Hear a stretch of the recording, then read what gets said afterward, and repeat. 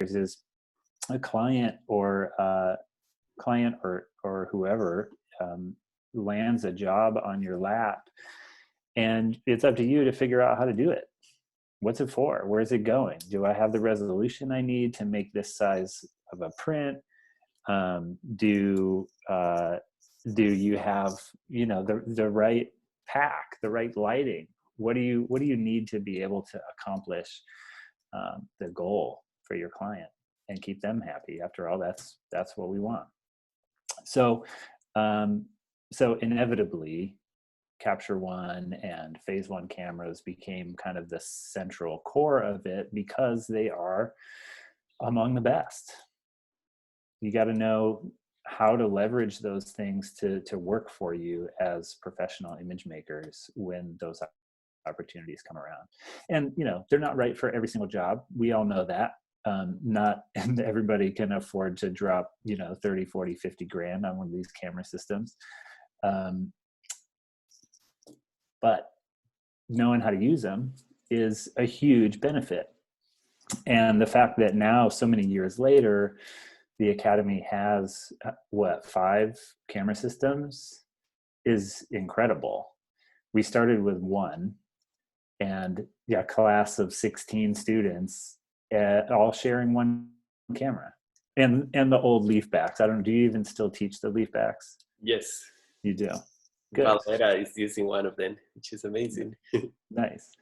They, it's a funny thing because in all transparency, you will never run into those leaf backs out in the industry. So learning them now isn't really preparing you for using them in the industry because you're not going to find them. They're dinosaurs.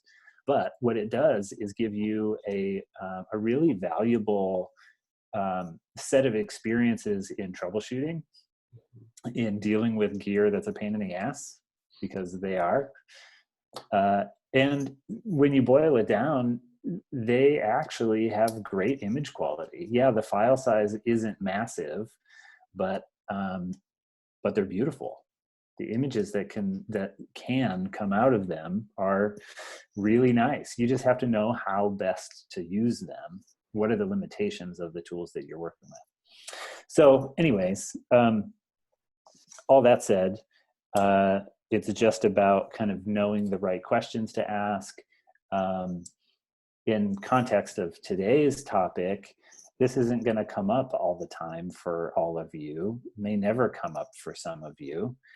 But if it ever does, you'll know that there is some technology behind it. You'll know that there are some requirements and some steps you may need to take to make sure that you can accomplish what you want to do. So that's what it's all about. At this point in the semester, you've learned all kinds of things about the digital sensors and Capture One. I'm sure you're all pros in Capture One now. Got nothing else to do but sit at home and work in Capture One, right? Mm-hmm. And so now you get to sort of open it up a little bit. I know Edwin demoed last week, and I think you just did assignments on focus stacking. Yes. Which is awesome. That feature in the XF camera is changing the way that photographers work. That thing streamlines a process that was previously so difficult. And the ability to automate that in the XF, and then the ability to organize them in albums easily in Capture One is really, really changing the way that kind of work happens in the studio. So just an example of that kind of stuff. I know it can get kind of nerdy. We're gonna geek out a little bit today on some technology. So try to stay with me. I know I, for one, dropped out of math to take art. So when I see numbers and graphs, I tend to run the other way. But it's all an effort to just help you better understand what's happening. And that's the goal. So how's that for a long-winded introduction?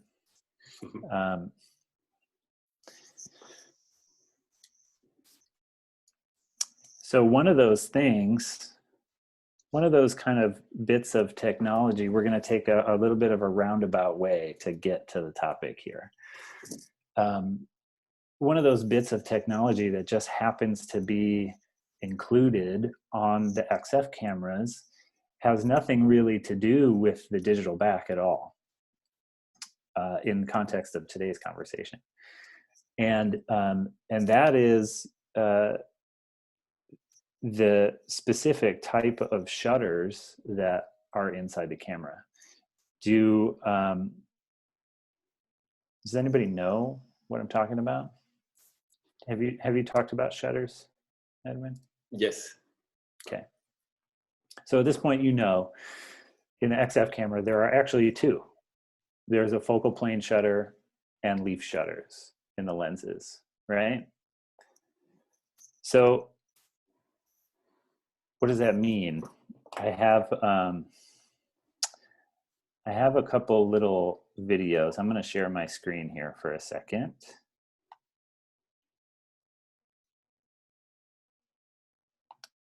Because I just want to show you what hang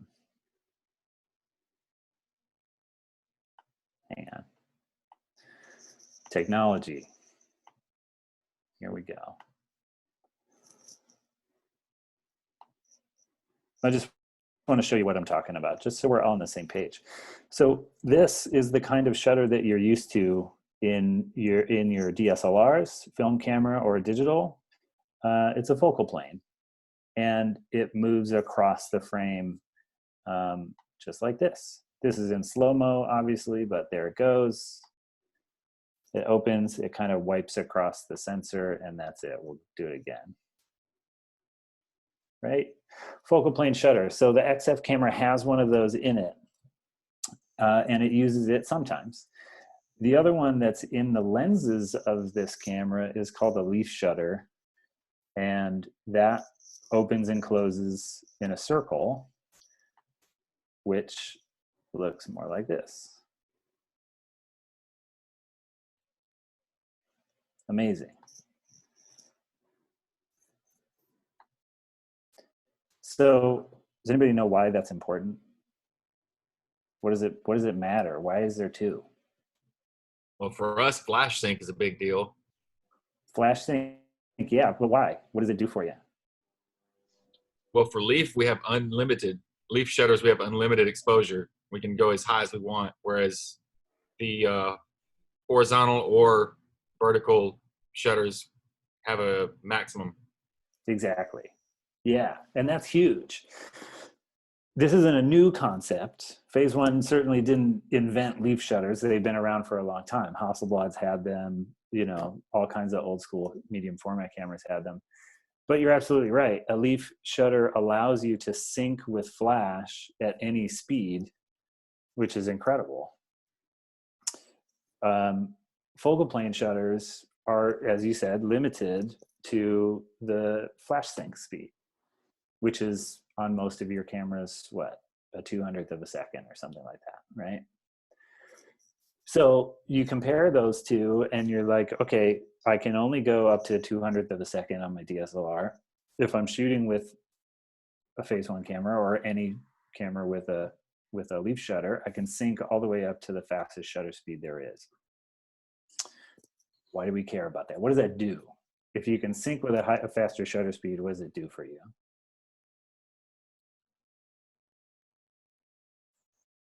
Anybody? You can control your exposure on your ambient or your available light. Totally. Ambient light control. So just to break it down, 200 versus, in this case, 1600th of a second. That's the fastest these leaf shutters can operate. 1600th of a second is 4 stops faster than 200. That's 4 additional stops of ambient light control that you have with this particular piece of technology. So you're shooting in a mixed light situation outside, you can darken the sky, you can control a continuous light source in a mixed light situation, all of that stuff. Just greater control of your ambient light. Amazing. Granted, leaf shutters can't operate as fast as focal plane shutters. Focal planes go up to 8,000th of a second or something, right?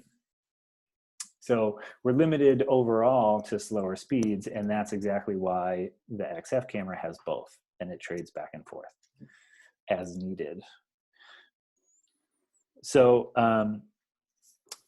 okay, why are we talking about mixed light? We're supposed to be talking about flash duration. Well, in order to pull this off, this is kind of a tall order. What we're asking of our equipment to sync a flash with a shutter speed that is a 1600th of a second, a lot of stuff needs to happen, and it needs to happen very fast, right? So this is a big ask, and there's a lot going on. So there's a couple of requirements in order for that to work.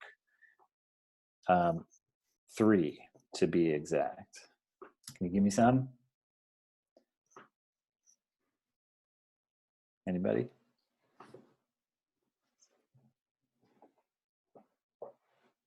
In other words, what components need to be in place in order to sync your flash with such a fast shutter speed?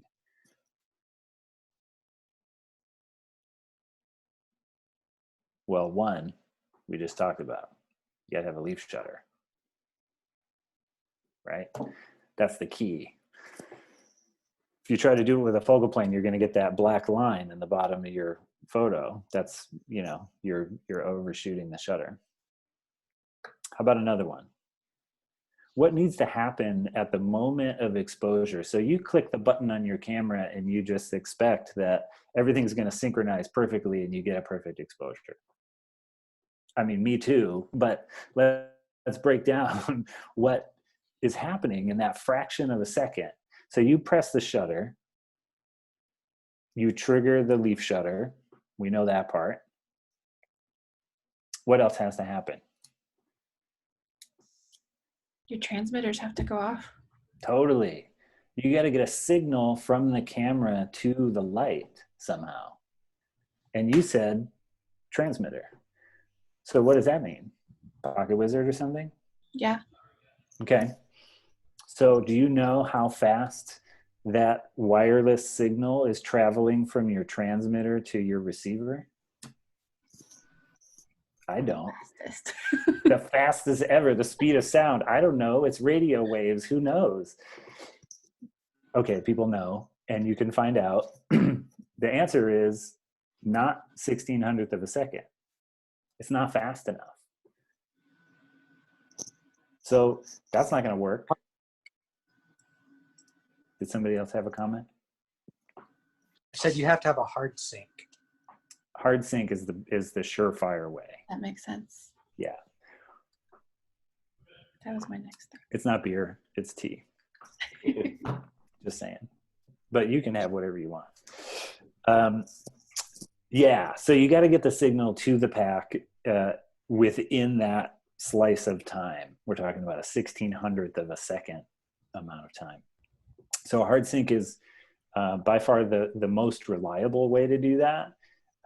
There are some wireless technologies that are fast enough to do it, one of which being ProPhoto Air. So when I say ProPhoto Air, what I'm talking about is just the transceivers, the ability to send a trigger signal from a transmitter to a receiver. I'm not really talking about ProPhoto packs here or lights. I'm just talking about the signal. And lucky for us, lucky, unlucky, the XF camera actually has a ProPhoto Air transmitter built into the camera body. Cool, great, takes care of that part. So if you're working with whatever lighting system you want and you can put a ProPhoto Air receiver on that light, you can now send a wireless signal from the camera to your light fast enough to be able to synchronize that flash. Does that make sense? Does it have to be the same brand, or is it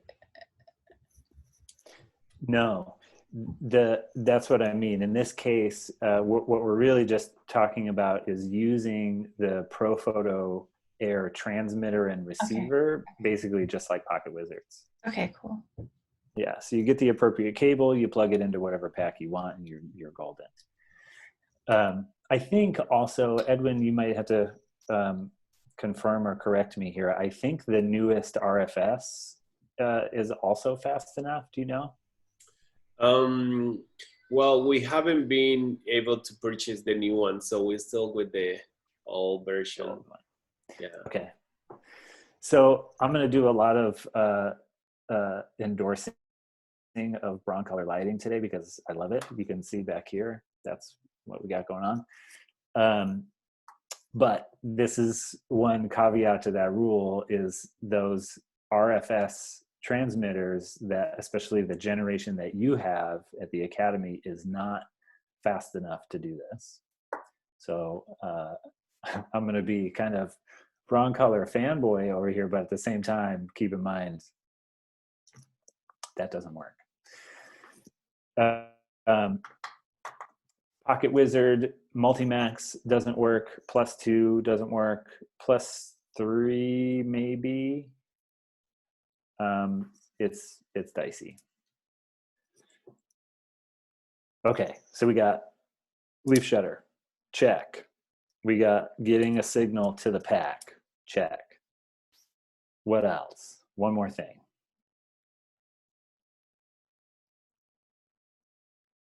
It's a trick question. I guarantee you already know the answer. The light itself? Yeah, but what about it? It has to fire quick enough. That's the fire quick enough. Yeah, in other words, all of the light that needs to come out of that light, or whatever power setting you have that light set to, all of that power needs to come out of the flash tube within that amount of time. Right. So we're talking about that fraction of a second, a 1600th of a second, and all of that light has to come out within that slice of time. It's not that hard. Don't strobes usually fire at like 1/100,000th of a second? No, they don't. Oh. And we'll get into that. We'll define this further. It's more challenging than you might think to make this happen, and I'll explain.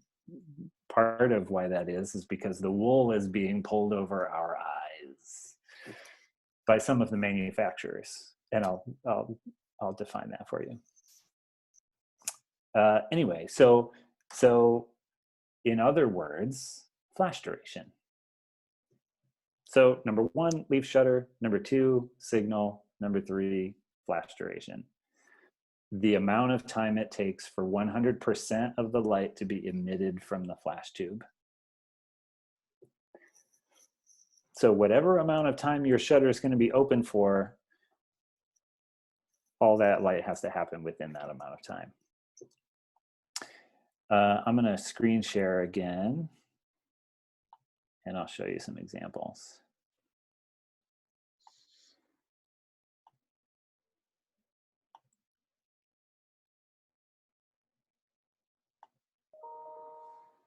Okay, I figured we would do this in Capture One because you're all used to looking at Capture One. Okay, so since flash duration is measured in fractions of seconds, just like shutter speeds, it looks very similar. So the numbers you see will be basically looking the same. It can lead to some confusion, so it's important to distinguish what we're talking about. So the red line in this graph represents a typical flash curve, where the moment you hit the shutter is down here in the corner, and immediately a bunch of the light comes out, and then it trails off over time. So this left axis is intensity, and the bottom axis is the amount of time. So then you overlay on top of that a shutter speed represented by these green lines, And in this particular case, they match up, right? So that whole red curve pretty much fits between the beginning and the end of the time that your shutter is open. Cool. We get all of the light recorded, we get a proper exposure. Pretty simple stuff. But what happens if that's not the case? Your shutter speed in this graph is still 1/1600th of a second, so it's very quick, but your flash is taking much longer for all of that light to come out. So what happens? You don't get the peak light at the beginning. Underexposed. Yeah, you don't get some of the light, so it's underexposed. Exactly. And this might be a little bit misleading. In this kind of situation, your shutter speed could fall kind of anywhere on that flash curve. So you might capture the front part, you might capture the end part, who knows. Point is, you're not getting all of it. So it's not doing what it's supposed to do. So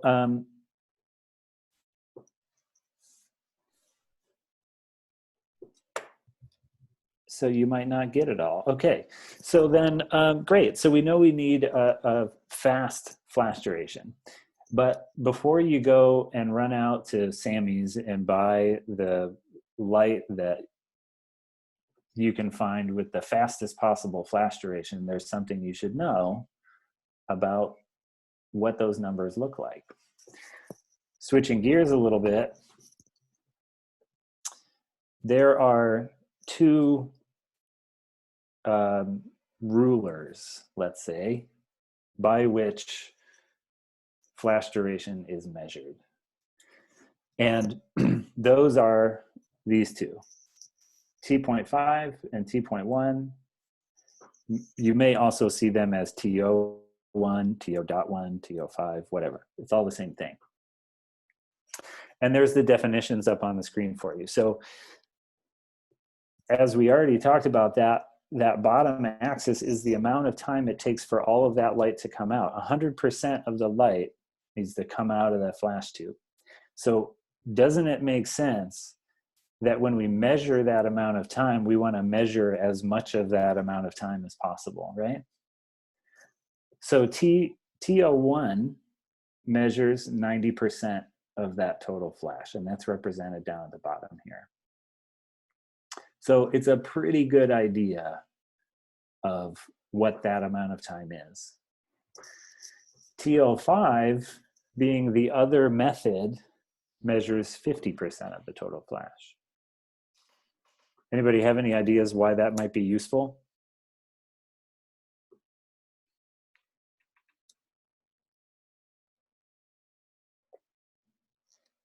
Are you using 2 packs, maybe? Maybe. Why would there be two methods of measuring flash duration? Ultimately, we want to know one thing, right? Why do we need two numbers? Isn't your T5 like your usable range, and then your T1 is just a measurement of total output per time? Interesting theory, and might be a part of somebody's marketing somewhere. But no, the entire flash curve is usable, and in fact should be used for a couple of reasons, which we'll get to later. The short answer is, you want to know the secret? The reason why TO5 is useful is for marketing. Because measuring a smaller chunk of the flash generates a number that looks a lot faster, right? It's misleading. This is the wool I was referring to earlier that's being pulled over our eyes. So you go shopping for a light system and you see that it has a flash duration of 20,000th of a second or 30,000th of a second or something like that, right? not uncommon numbers to run into when you're looking at this spec. But you look in the fine print and you see that this is a TO5 measurement, and you're not getting the whole story. They're telling you the amount of time it takes for half of the light to come out of the flash tube. Why is it useful for us as image makers? It's not. It's useful for them because it makes you want to buy their stuff, right? It's a nice fast number. It looks great, but you get it on set and you need that flash duration to match up with your shutter speed. And what if it can't actually push out 100% of the light within that amount of time? You're not going to record the entire exposure. End of story. Make sense? So how do we find out? How do you find out? That's a great question. How do you find out which method they're using, or what the actual? How do we find this T1? So well, my biased opinion, my biased answer to that is the good manufacturers will tell you what the T1 number is. Okay. The ones that are trying to swindle you will tell you the T5, and that's it. For some of you, you will have the luxury of working with the Broncolor Scoro packs or Broncolor Graphite packs, both of which tell you what the flash duration is at any given power setting, and they tell it to you in the TO1 number. It's very cool. The other half of you who will be working with ProPhoto Acute packs or whatever else you may have may not have that luxury. Those packs aren't going to tell you what the flash duration is, much less tell you if it's T1 or T5. You just have no idea. So how are you supposed to utilize that? Well, who knows? Your guess is as good as mine. Thanks very much. Have a good day. No, I'm kidding. The basic principle you need to know about flash duration is that, generally speaking, the more power you have, the longer it takes for the light to come out. So I always use the glass of water analogy because I think it makes perfect sense. But these represent capacitors inside of a flash pack. I don't know if you know this, but inside of a pack, regardless if it's ProPhoto or Broncolor or whatever, are these capacitors. And they're basically like big glasses of power. So you set a power setting that you want in order to get whatever aperture you want. And you expect all that power to come out every time you hit the shutter button. Well, if you have a very full capacitor, it's going to take a lot more time to pour all of that water out of the glass. If you have a tiny little spit of water in the bottom of this glass, and all you got to do is chuck it out of there real quick, it's going to be really fast.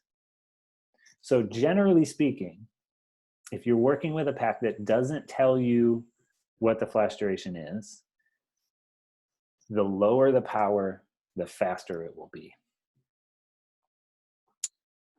So that's the other important thing to know. When you're looking at a spec on a piece of equipment and it says 30,000th of a second flash duration, keep in mind that usually that's for the absolute minimum power available on that pack.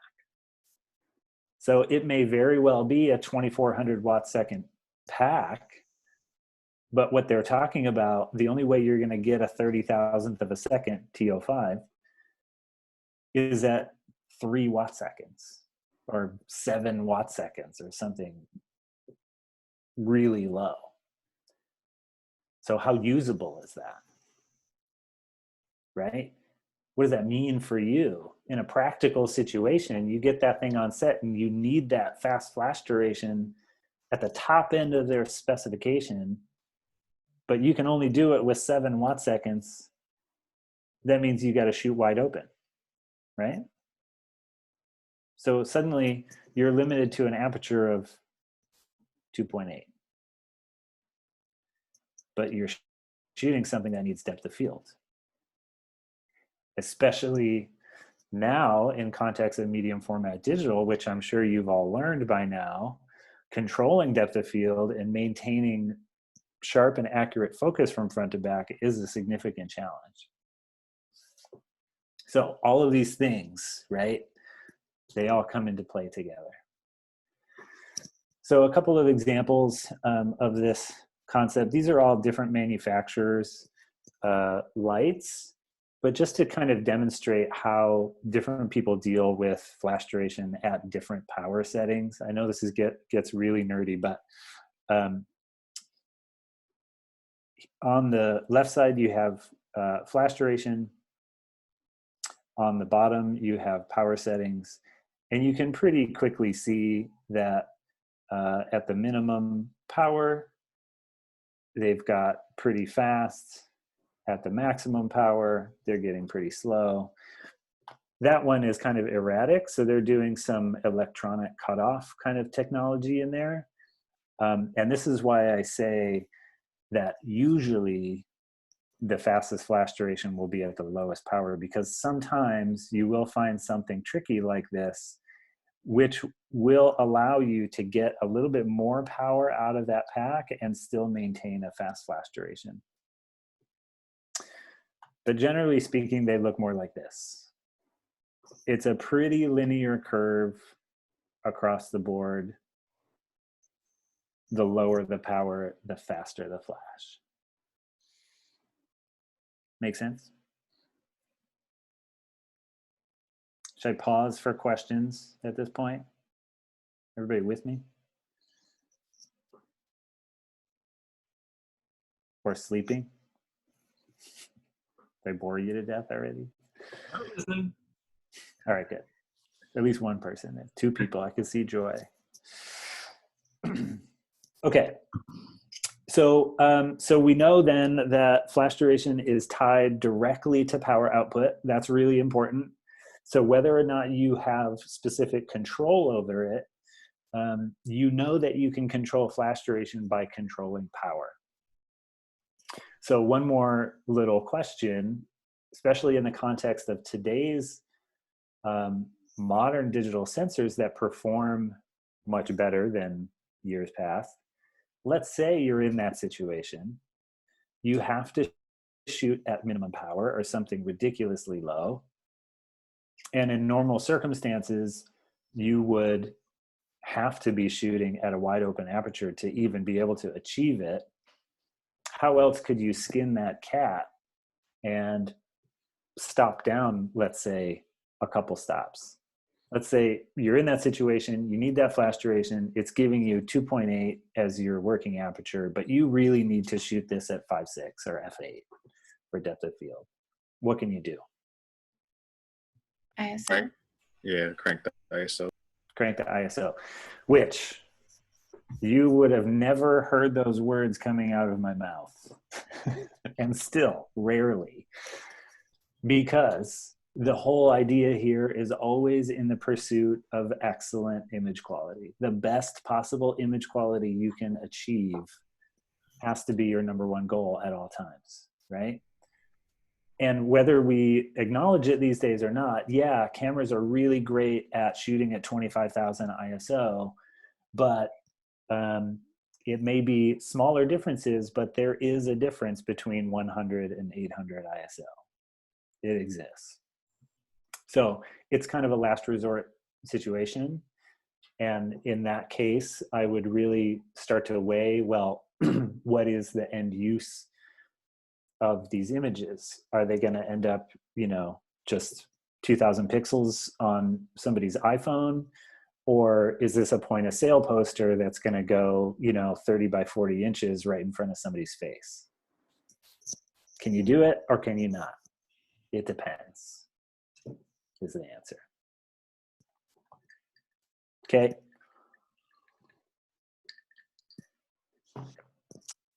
One more thing then. Make this a little bigger.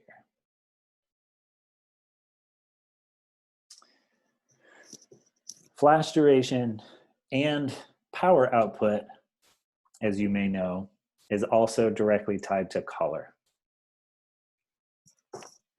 So this is what color temperature output looks like overlaid on top of a flash curve.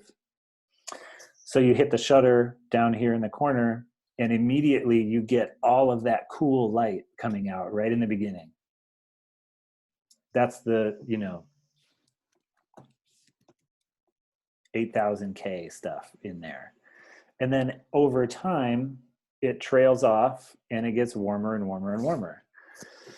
So in our previous examples, if you're slicing this up like this, oops, not like that, like this, not only are you only capturing part of the exposure, but you're also only capturing part of the color spectrum.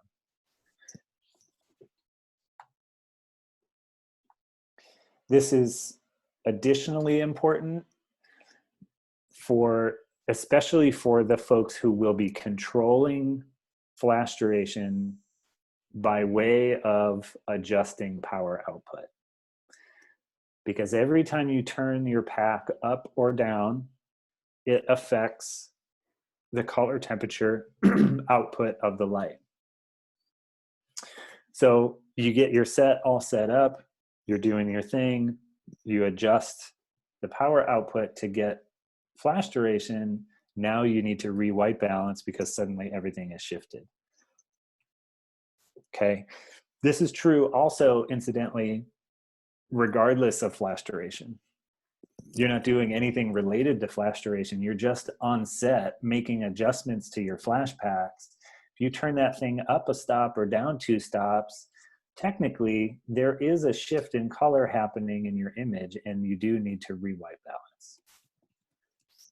I don't know if you know that already or not, but it's always a good reminder. Keep your color checker handy, and anytime you touch that power, stick that thing back on set and capture another one. It takes 2 seconds.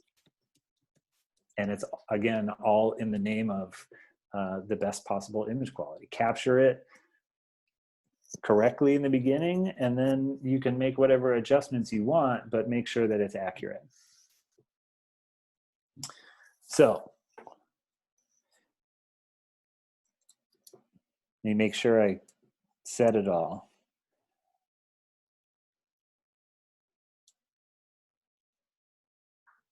I did. Okay, so any questions on any of these slides? Any of that stuff before we move on? Okay. Cool. Then I would like to turn over to Edwin, who has the demo videos of the shoot that they did the other day, and the Scoro and graphite packs. Actually, just the Scoro you have, right? Yes, the Scoro. Yeah. Let me just get that ready. Open it up real quick. So first, I'm gonna show the demo that we did, and then I will show the Scoro so everyone can see that. Okay, have that ready. Okay, got it. So I'm gonna share my screen with everyone.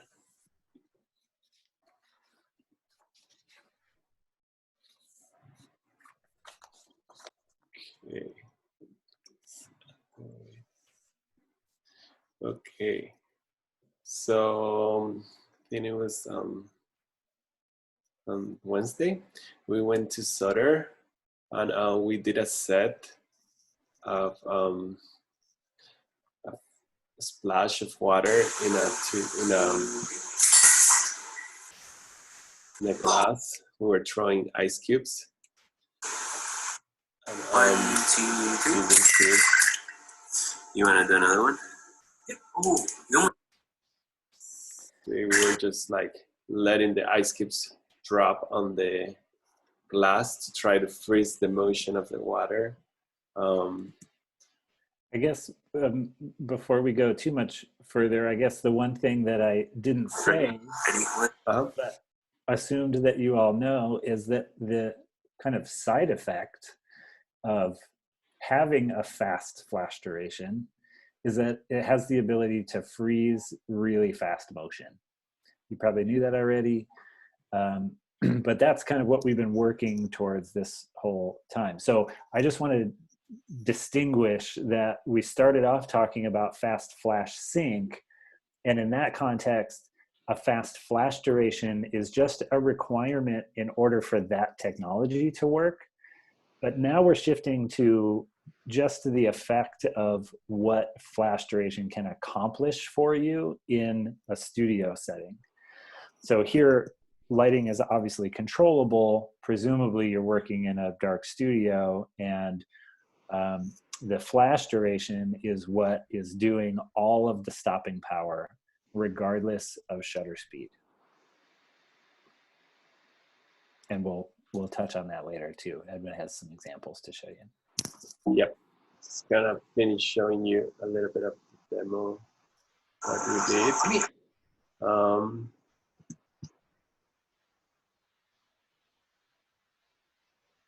So we're just doing, when you are doing this type of shoots, you're gonna find out that you have to do multiple tries. And I will share this session as well, so you can see one technique that it's highly recommended. It's for getting the focus on the right plane that you want it when you're doing your capture. You can either use your fingers if you want it in the front of the glass or right in the middle. In this case, we were aiming for the middle of the glass, try to get those flashes.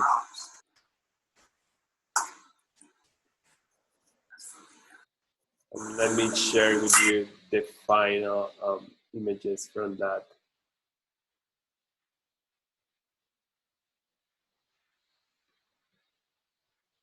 So you all can see some of the images that we create from that day.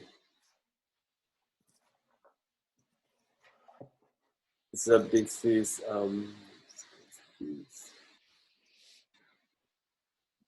one of the images that we really like. We use a purple glass with a green liquid, and then we have slightly colored gel in the back to create separation between colors. And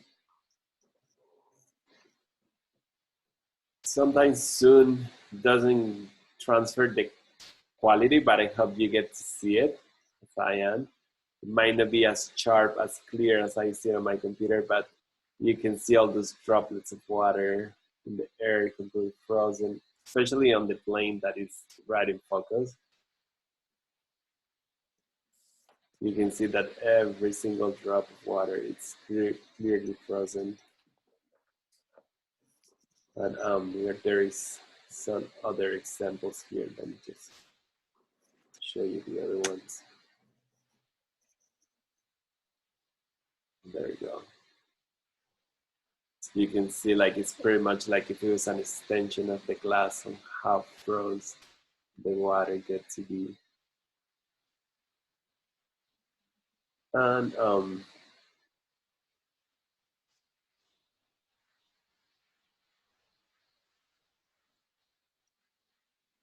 capture one tends to be a little bit slow, especially when you're sharing the screen. And we just did a couple of different examples with different backgrounds, different lights. But most of the time, you'll find out that it takes a while to get to capture a good splash, because you will have to time at the time either you or the person that is helping you drop off either the fruit or the piece of glass on the water to create the splash.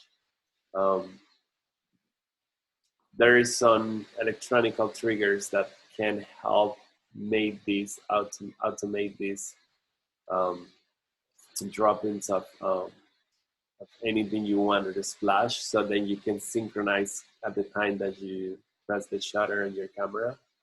That will make these splashes more effective, so you don't have to keep trying and trying.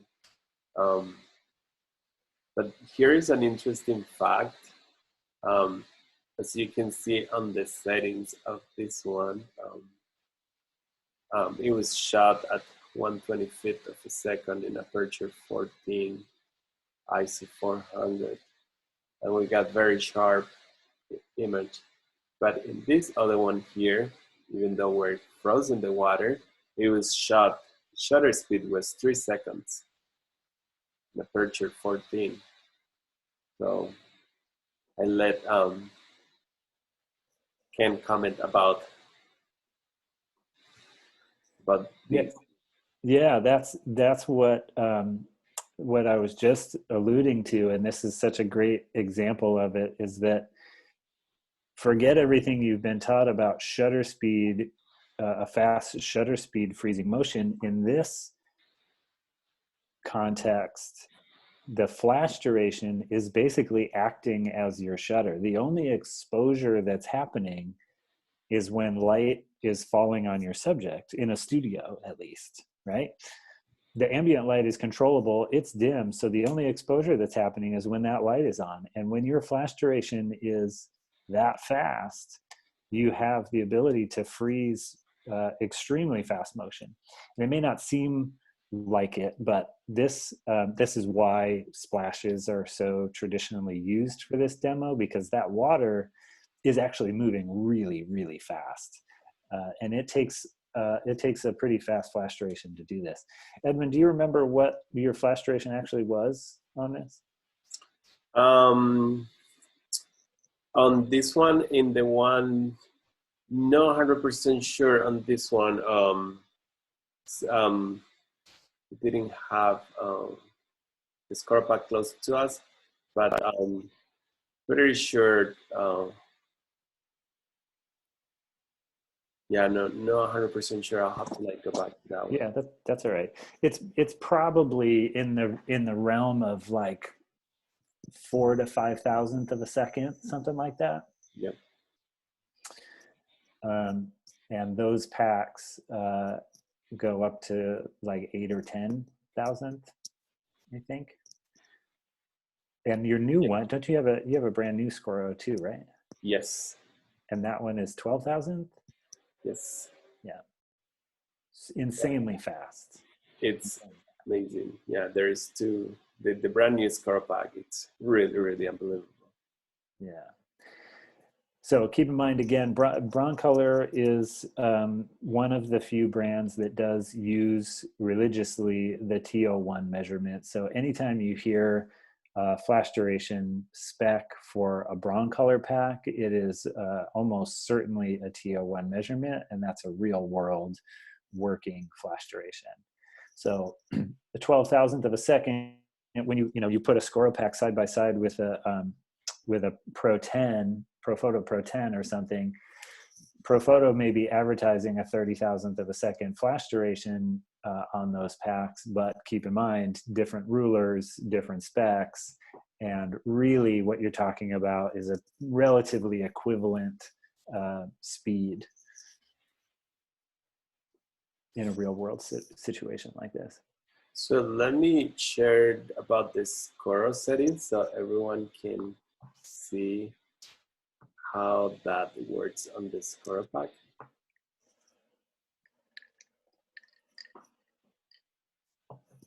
We also filmed this right after the last shot, so it should show the flash duration.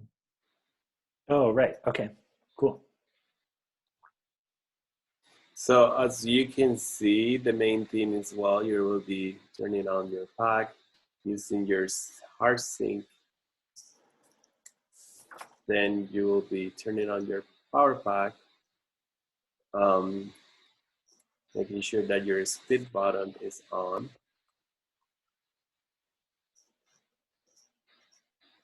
And then you can go down on the menu, find the T1, and then Yeah. there is two choices here. I'll let Ken explain. Yeah, so good place to pause. The default on Broncolor, Scoro, and Graphite packs is TO1. We all know what that means now. That should be your indicator that you're talking about flash duration. But OPT, any ideas what that stands for?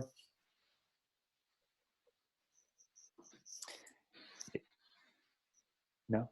It's for optimum, and in Broncolor language, that is optimum color temperature output.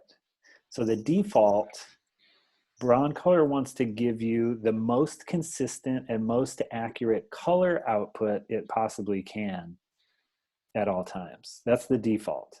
And when you come in here to the TO1 function in the menu, you are making a conscious decision to move away from that mode, which means that as you select other flash durations or tell the pack to give you the minimum flash duration, you are consciously saying, I don't care about color, give me fast. Granted, I will also just comment that regardless of that, Broncolor actually does an amazingly good job at keeping the color temperature consistent, even when you navigate away from that setting.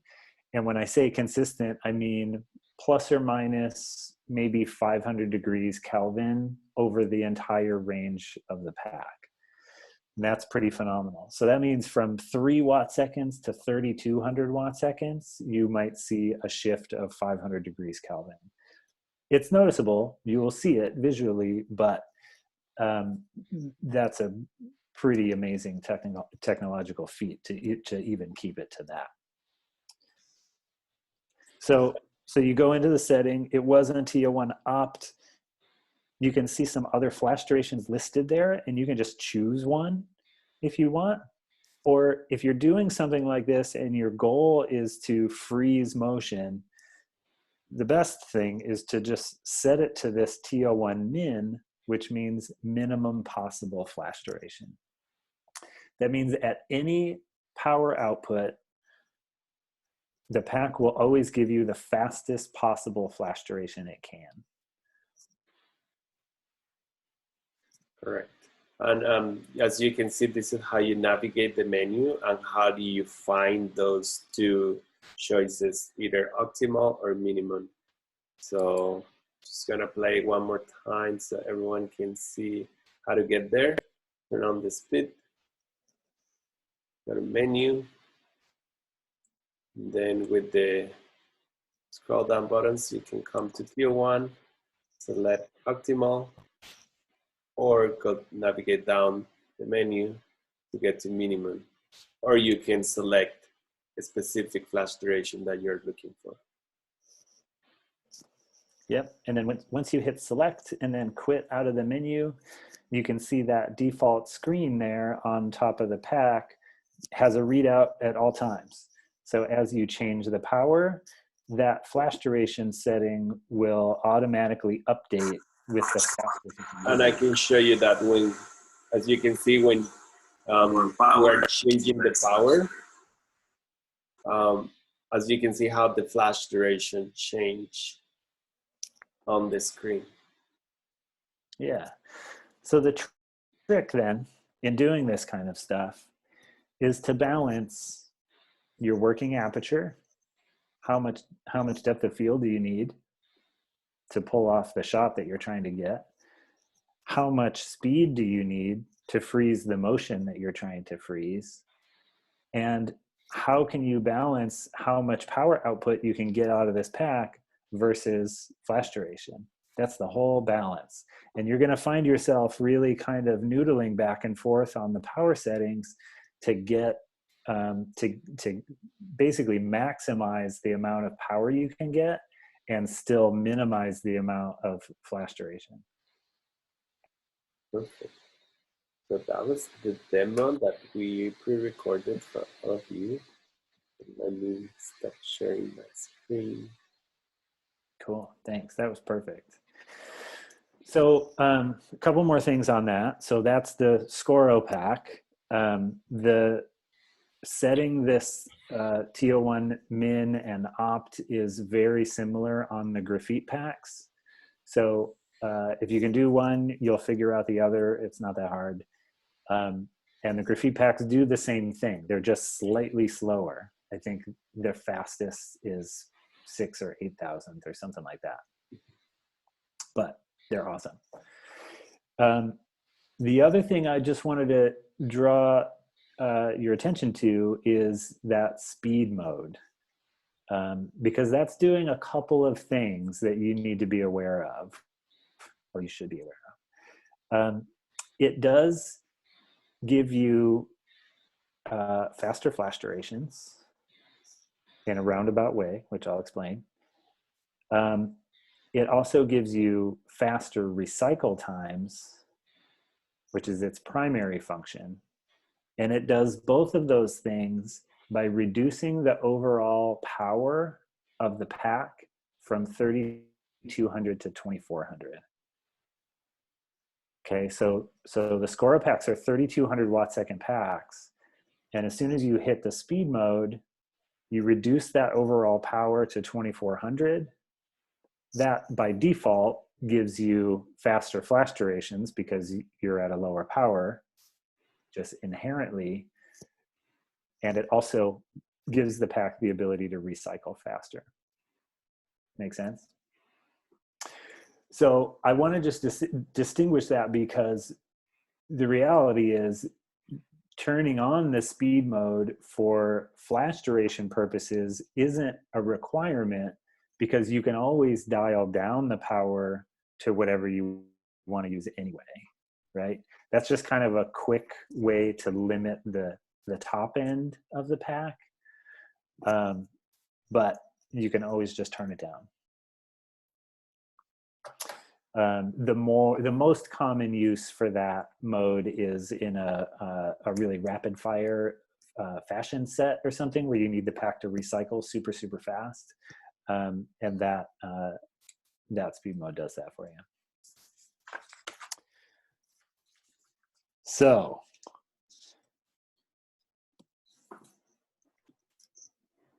any questions about the pack? Any of that stuff before we move on? Awesome. I'm getting all of my, I just want you all to know I'm getting all of my visual cues from Joy. She's nodding. She's right there with me. So I'm here to represent. thanks. I'm going with you, Joy. Great. Everybody else, I don't know. Good luck. More power. That's funny. Okay. Can I ask a question? Yeah, please. So the Squirrel pack, say you're using one head and it's a 3,200 pack. Mm-hmm. Would it be better if you're trying to freeze motion to use a pack that the output is less? That's a really good question. Kind of yes and no, but one of the really powerful parts about the Scoro pack, besides having a really fast flash duration, is the fact that all three head outlets are 100% isolated. And so you can control each of the three of those heads independently from each other, for one, in 10th stop increments for two, and across the entire 10 stop power range for three. So that means you can, regardless of the fact that the maximum power of the pack is 3,200, you could turn down that one head all the way to 3 watt-seconds if you want to. There's no limitation on the bottom end. Does that make sense? Does that answer the question? That totally makes sense. But like, say some of the people have acute packs that split power between heads. Yeah, I mean, basically, taking off one head. Yep. Basically, the same principle applies. Is cutting the power will get you faster duration. Yeah, that's true. Yeah.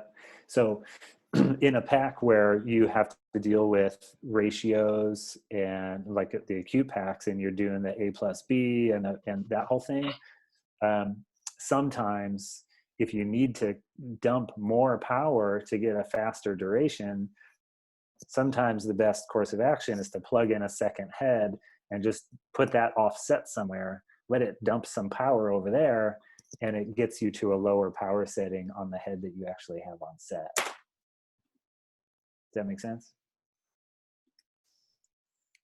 Totally. Cool.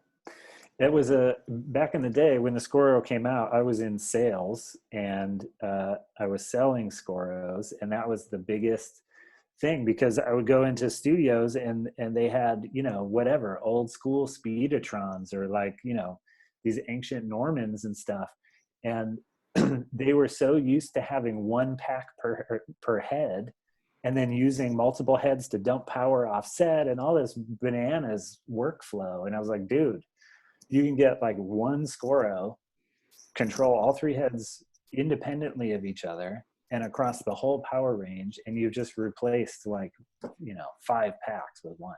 It's nuts. Any other questions? So is Broncolor the only one that can initially do what we want to do with motion, stopping motion? That's another good question. No.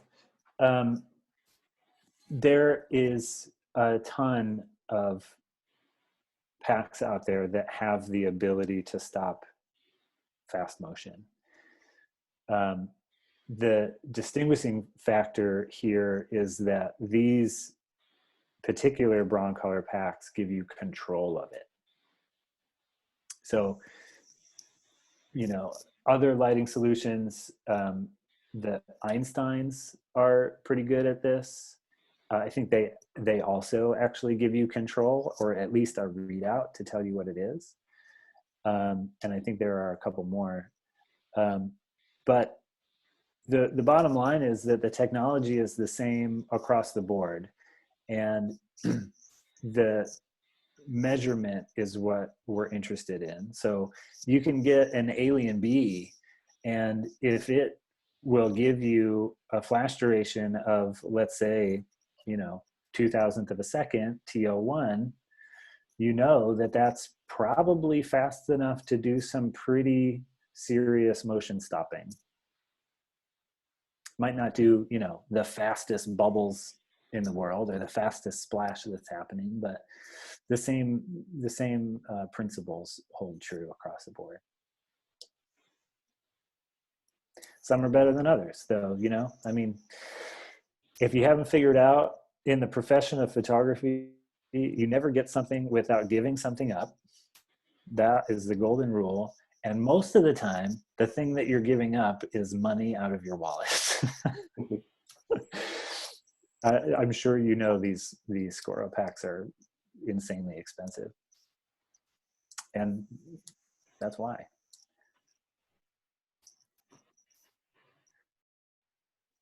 All right, I'm gonna flip back to Capture One and show you some examples for a few minutes, and if you have questions along the way, feel free.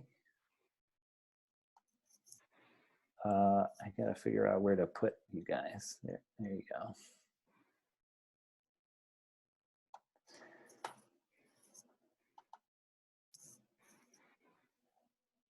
go. So I have, this is just a massive collection of prior student work that should give you some ideas.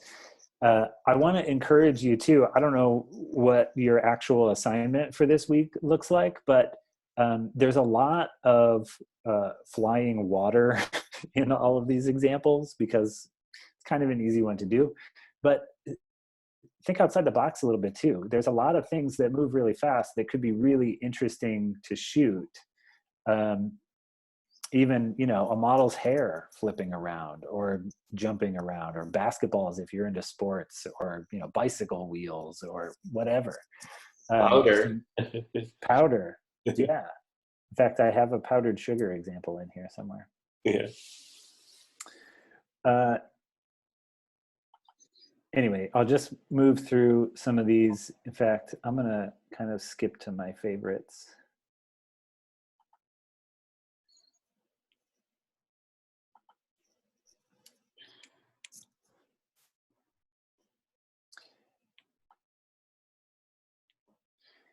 So you can see in this example, like here on the end of this is both in focus and frozen. And that's a important thing to distinguish as well. This droplet down here is frozen, but not in focus. So this is where depth of field and aperture choice comes in, as well as focus accuracy, of course, but that's another story. And then the other thing that you'll find is a nice big droplet like this, for example, is really nice and sharp. But if you look at some of these tiny ones back here, these suckers are really moving fast. So I have no idea what the flash duration was for this shot, but there's obviously a difference in speed between these droplets and these droplets.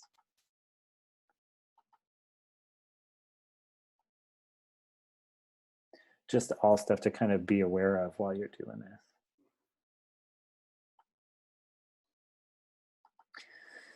This is a good example of the ability to control flash duration. Let's imagine for a second that you've gotten a job to shoot this stuff, and Kettle One comes to you and says, hey, I want this martini shot, and let's freeze it. And you go, okay, cool. And you're on set and you're shooting all this really cool frozen stuff that looks like ice. And they're like, okay, that's cool, but there's actually no sense of motion in there. It looks frozen. It looks like like an ice block.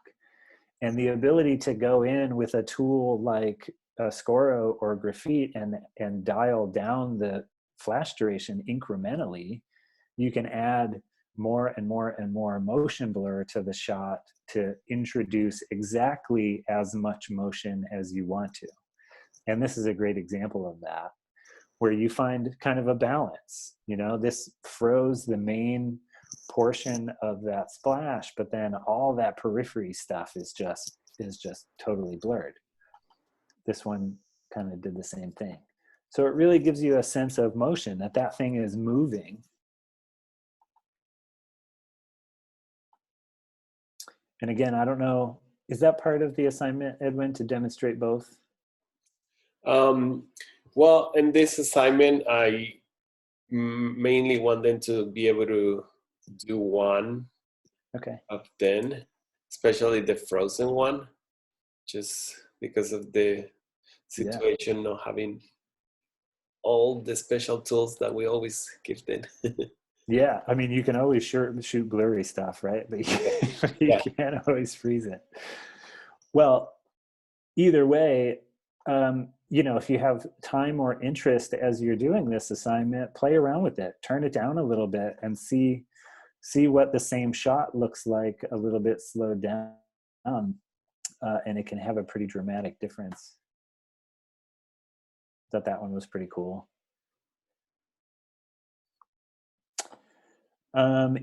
This image doesn't actually show it, but even the bubbles that are traveling up from the bottom of a glass are moving pretty quickly. So if anybody's into doing that kind of stuff, beverage pours are super, super popular. Again, this is student work from the days when I taught this class. That's not actually a motion shot. That is a little bit messy. I think this has, yeah. That's cool. That was definitely powder, right? Yeah, or sugar. Yeah, powdered sugar or something. This, I guess I don't have the raw file from it. Sorry.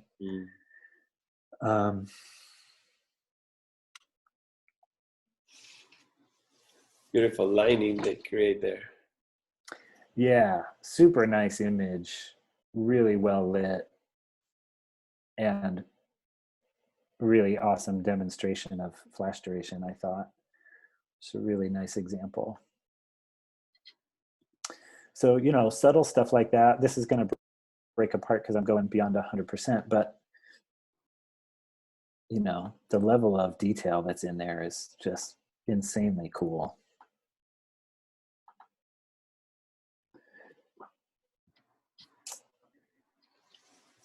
Here's the other one. So the French toast, powdered sugar, there it is. And then here's the same shot with a slower flash duration. So even this one, this is a similar example to Edwin's with a slow shutter speed. Both of these images are shot with a shutter speed of a 15th of a second. The frozen one and the blurred one.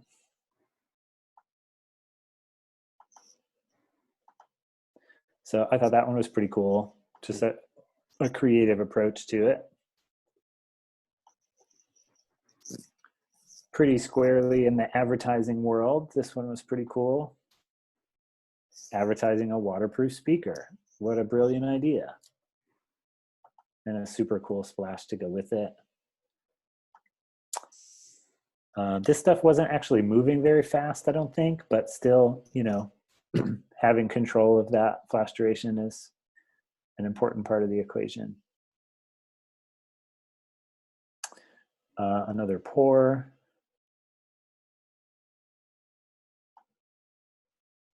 Some creative splashes. You know, the iconic milk crown splash, just a single drop of milk and it creates that little crown splash. It's always a cool one to try to do.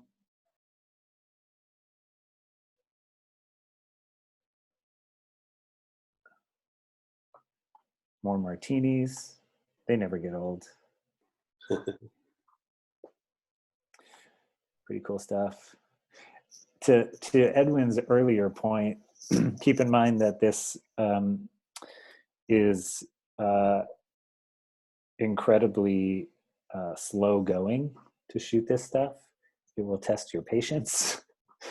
It takes many, many shots to get a good splash. So just keep at it. The other thing that's worth mentioning from a safety standpoint, for those of you who will be working with liquids, number one, of course, protect the equipment. That is paramount. You don't want water splashing on your camera or on the lights. So I don't know if you noticed in Edwin's example set, they had set up sheets of plexi in front of the lights to protect them from splashes, and that's a great idea. The other important thing to know, especially if you're using a vessel of water like this, is to keep in mind that what happens if that vessel breaks?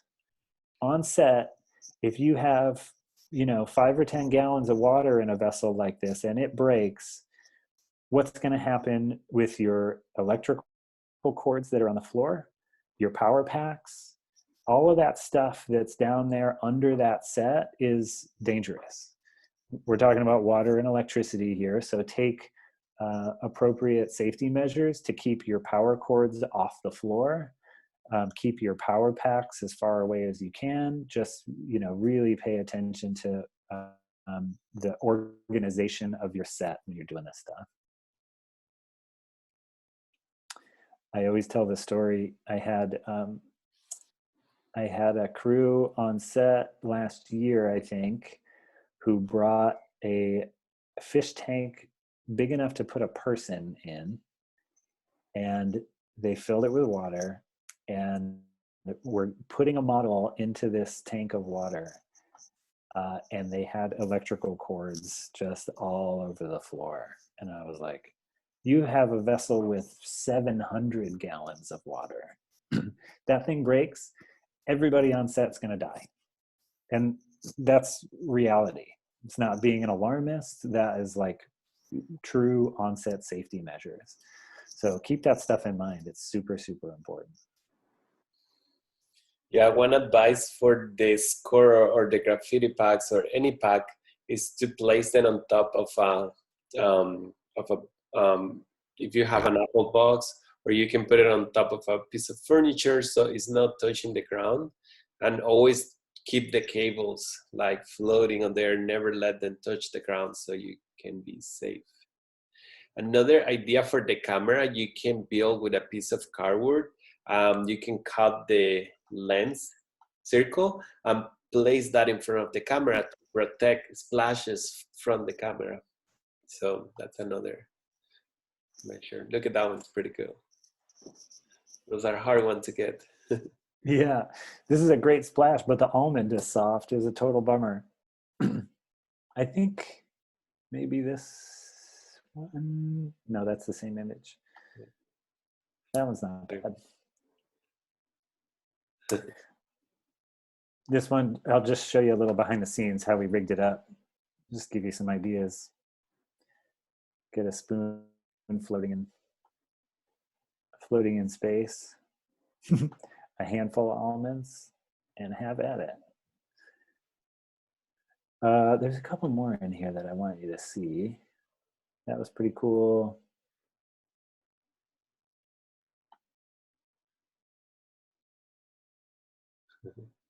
Protection measurements for your garments. Yeah, wear a poncho.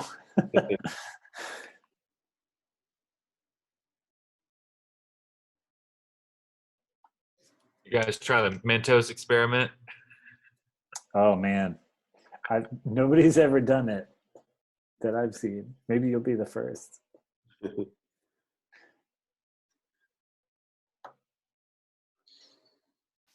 I can't remember if this is moving stuff. I think so. All those little particles frozen. So, you know, it doesn't have to be a splash.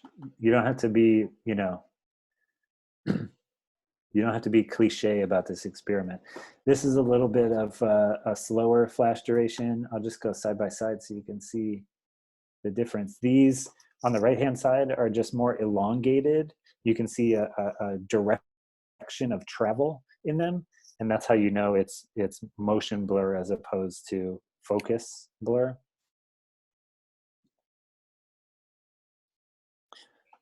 I would like to share an inspiration images for those that want to see how the professional world end up using this. So if you don't mind, I'll share it quickly. Yeah, go right ahead. I think I'm pretty much through these anyways. So let me see.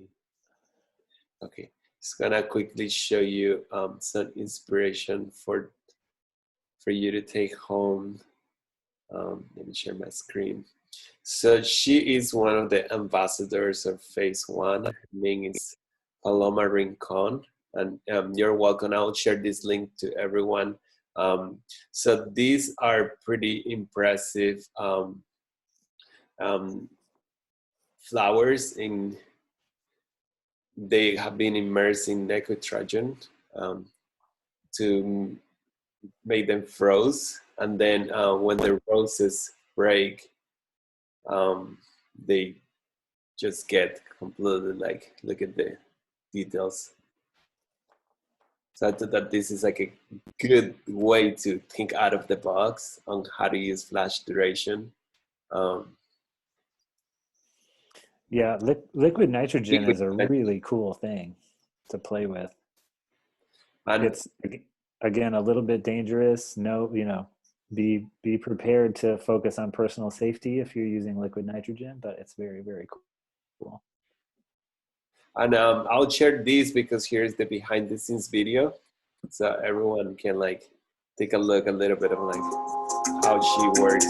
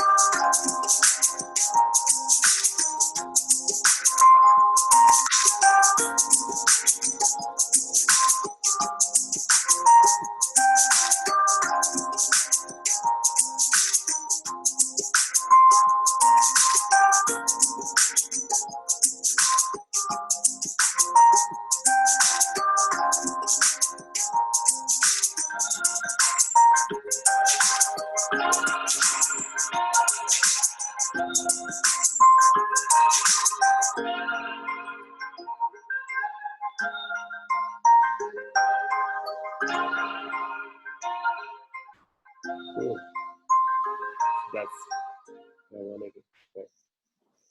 So that's cool for everyone to get a little bit more motivation to go home. Yeah, those are super cool. Anybody have access to liquid nitro? Never say never. You never know. Awesome. Well, any other questions for me? If anybody has any questions or anyone that What are you working on right now? I'm working on sitting at home. No, it's a really interesting question actually, because there's so much discussion about what to do right now.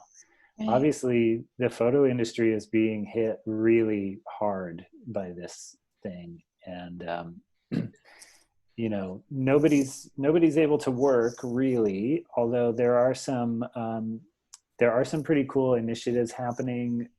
One in particular called Create in Place, which is an effort to connect clients and art buyers to photographers who maybe are in a situation where they can create while sheltered in place.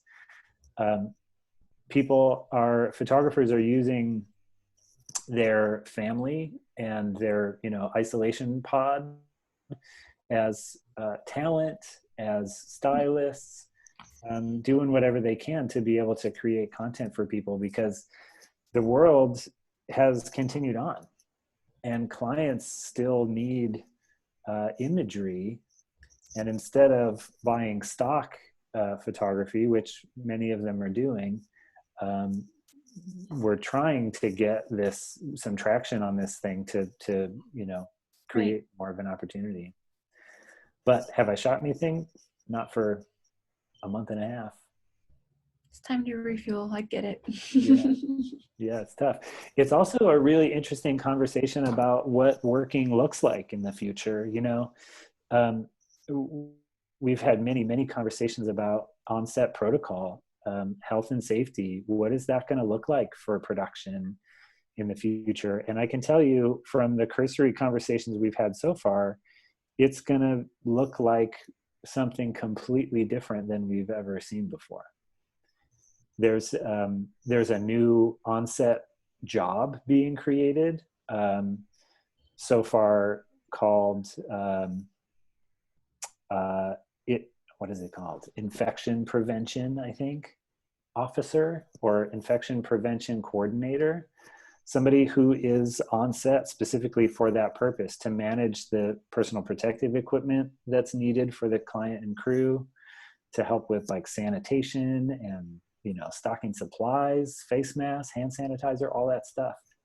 That it's a real thing that we will be faced with in our working lives. Thank you. Gabby asking, how about FaceTime photo shoot? What do you think about that? Just curious. Yeah, another great question. Some of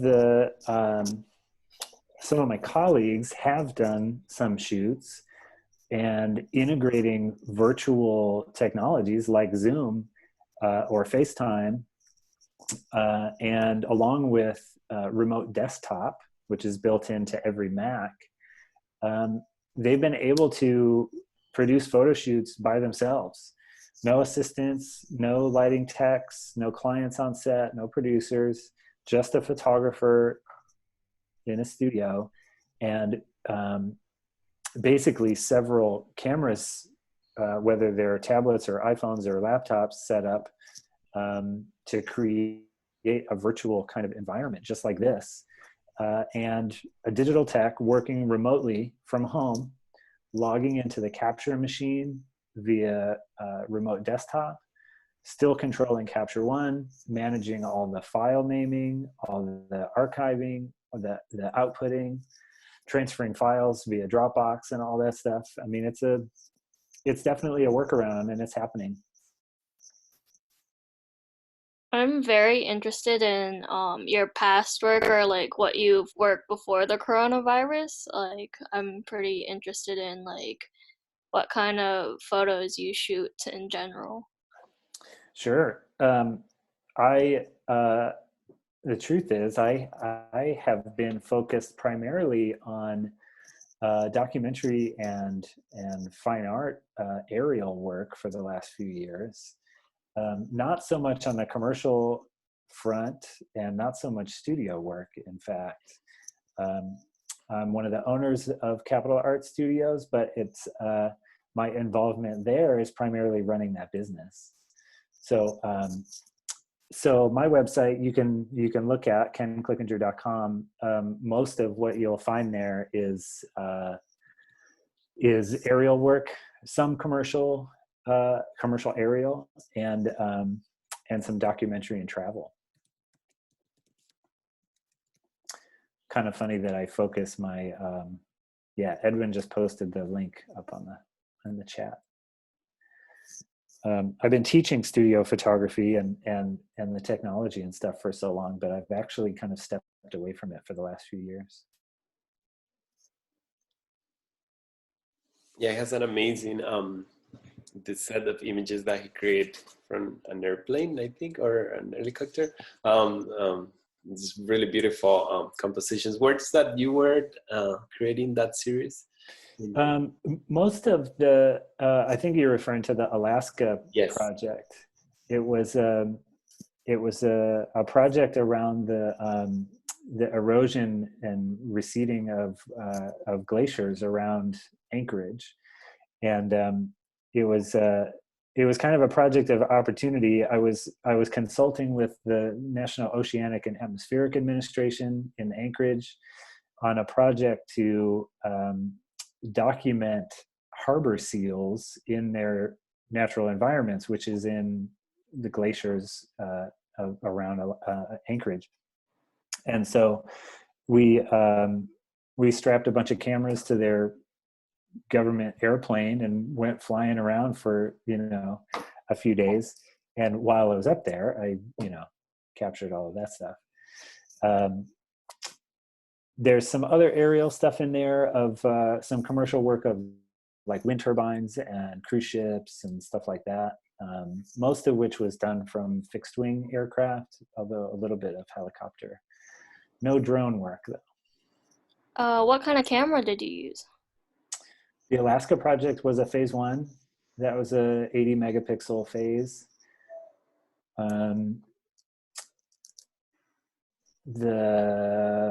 Most of the oblique aerial, the stuff that's not straight down, it's kind of looking at an angle at things. A lot of that was shot with a little Sony A7. Tiny, portable, and a beast of a camera. With the phase 1 camera, while you were in the helicopter, were you always afraid you were gonna drop it? Yes. Well, there was only a couple of occasions where I was afraid of dropping it. One of which I remember very clearly. It was the smallest airplane I've ever been in, barely big enough for 2 people. And I know I'm just a picture on your screen, but I'm actually 6'4". I'm a big dude. And fitting inside this airplane was really tight. In fact, my knees were hitting the steering wheel or whatever you call it. So the guy was like, yelling at me to get my knees out of the way. Anyways, that time I actually was hanging the camera out the window of the plane, and that was a little nerve-wracking. The rest of the time, a lot of the aircraft that I work from has a camera port in the belly of it. So there's a nice big hole cut in the belly of the plane and optical glass laid in there. So you basically just lay down in the back of the plane and stick the camera right through the bottom. That's the California coast when they were building that tunnel on the way to Half Moon Bay.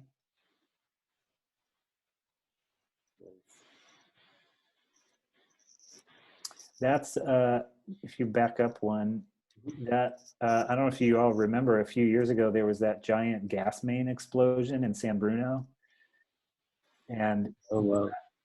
that area right in the middle there is right where that explosion happened. All those houses were just leveled. Oh.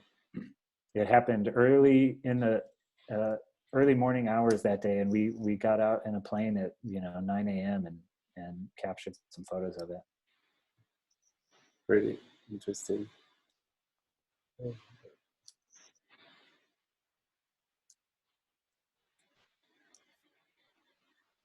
It's beautiful. Yeah, crazy perspective on the world from up there, that's for sure.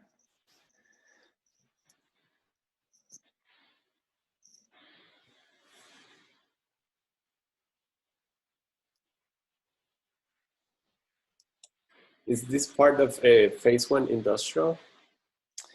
These, those wind turbine images, I misspoke. I said no drone, but actually those images of the wind turbines were shot on a drone, and they were shot with phase 1 industrial 80 megapixel IXU. Yeah, many of you may not know that there's a whole nother division of phase 1 that makes camera systems specifically for aerial and industrial use. I had quite a bit of involvement with them. That's what got me in the plane in Anchorage. In fact, some of these other ones, there was a waterfowl exploration in Wisconsin, the wind turbine thing in Oregon. All of that was with those cameras. Do you have the cameras now? Like, do you have like examples of what the cameras look like? I don't have any of the industrial cameras now, but if you can see them, the website is industrial.phase1.com. They're purpose built for that, for those applications. They don't have viewfinders. They don't have shutter buttons. They're just boxes with lenses on them and big giant sensors. So they're primarily designed to be integrated into UAVs, mounted in industrial settings, scientific applications, stuff like that. Really fascinating stuff. Another thing I think that is important to know, especially at this stage in your careers as image makers, is you don't have to be studio photographers. You don't have to be wedding photographers. You don't have to be lifestyle, editorial, any of those photographer categories. There's a whole nother world out there of opportunity for imaging experts in scientific, agriculture, forestry, aerial surveys, wildlife. I mean, all across the board. It's really fascinating stuff. Who were the clients? Oh, sorry, go ahead. In your She turns to you. what Polynesian island did you travel to for that part of the documentary photography? Yeah, that was American Samoa and Western Samoa, including the island of Savaii, right next door. That was a documentary project for the Japanese American National Museum in Los Angeles. That hung there for about 6 months. A couple of years ago, we did a whole project on the tattooing culture in Samoa. Oh, cool. Yeah, there's the crazy phase 1 camera. The new one they just launched, 280 megapixel for aerial imaging. Unbelievable. Now Joy, do you have a question, Joy? I heard you. Who was your client for the windmills? Like, how did you find that or get involved with that? Or was that for phase 1 doing work for them? It was a little bit of both. Kind of all of these things were a little bit of both, but the client was the actual wind farm. It was the people who owned the land and erected the wind turbines there. And the challenge is, just to give you an idea of what kind of some of the applications are, is the challenge for those folks is that you put up this wind turbine and then it weathers in time, just like anything. it gets pelted with hail, birds fly into it, all kinds of stuff. And those blades develop cracks and stuff in them. And so instead of sending a human being up with a climbing harness on to go inspect the blades of this massive wind turbine, they needed a more cost-effective way to figure it out. Like maintenance. Mm-hmm. Okay. Yep. So you get super high resolution imagery of it, and then you can actually see the cracks from without having to go up there. That's awesome. Yeah. Very glad that you mentioned this, because it's good to them to know that, you know, it's not always all about the commercial industry or like the fine art industry that we're used to. There is a whole world there to work as a photographer and give you like a really stable job as well, especially in phase one industrial. Yeah, absolutely. I mean, there's all kinds of camera solutions out there for, you know, multiple different wavelengths of light. You can be looking at like the forestry examples. They filter for different wavelengths to look for diseased plants. You go up there and capture images with this special filtration and special sensors and compile all this data together, and you have a visual representation of where the diseased parts of the plants are. Who knew? You know, but you have to be able to capture good quality imagery and know how to execute it. And so there's a need for people who understand that side of it. You know, you got the farmers, they don't know how to do it. Or the, you know, the forestry folks, they don't know how to do it. You get an imaging person in there combined with some technology, understand what their needs are, and you can implement a solution to give them imagery that's meaningful. Very cool. Anybody else has any questions before we go in on break?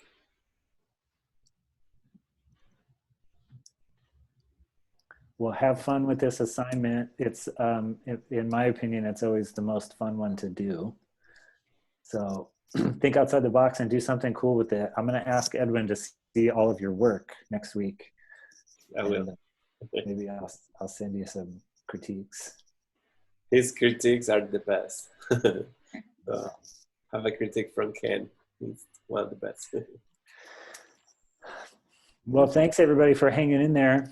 I know we kind of waded through the trenches on the nerdy stuff, but hopefully you have a better understanding and make some cool stuff out of it. It was really thorough. Thank you very much. Thank you for being here. And if any of you are interested on joining the APA members, that's something that I want to just, the last minutes, maybe you can give us like a quick advertise. Company. Yeah, 30-second endorsement of the APA. I'm actually on the board of the APA in San Francisco, along with my business partner, my studio manager, and some of my best colleague photographer friends in San Francisco. The APA is a really important organization for us as image makers. They are lobbying for our rights and our interests at the local and federal level in terms of copyright law, all kinds of stuff. Beyond all of that, we here in the Bay Area have been working really hard to foster a sense of community within the photo industry. We hold virtual events, which are now obviously virtual events on Zoom, but those are monthly.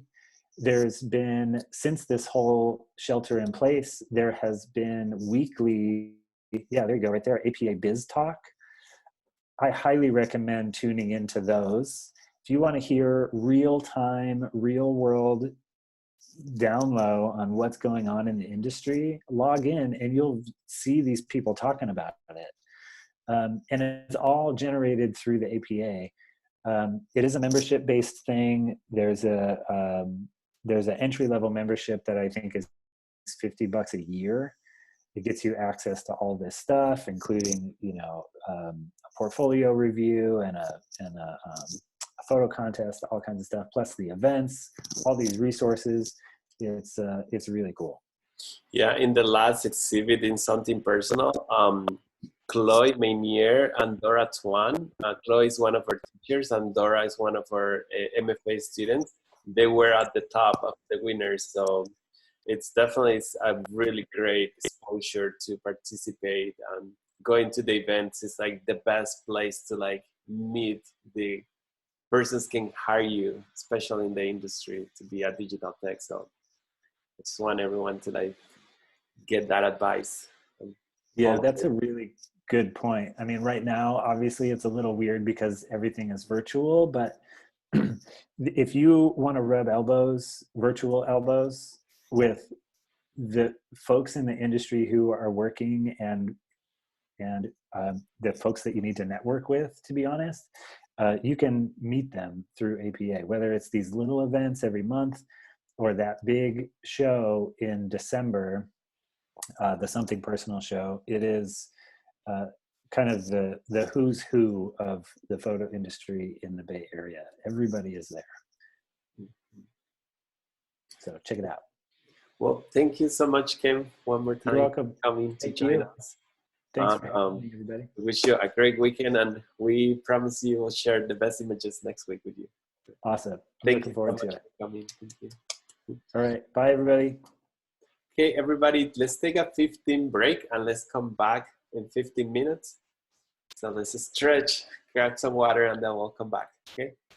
See you, everyone, in 15 minutes.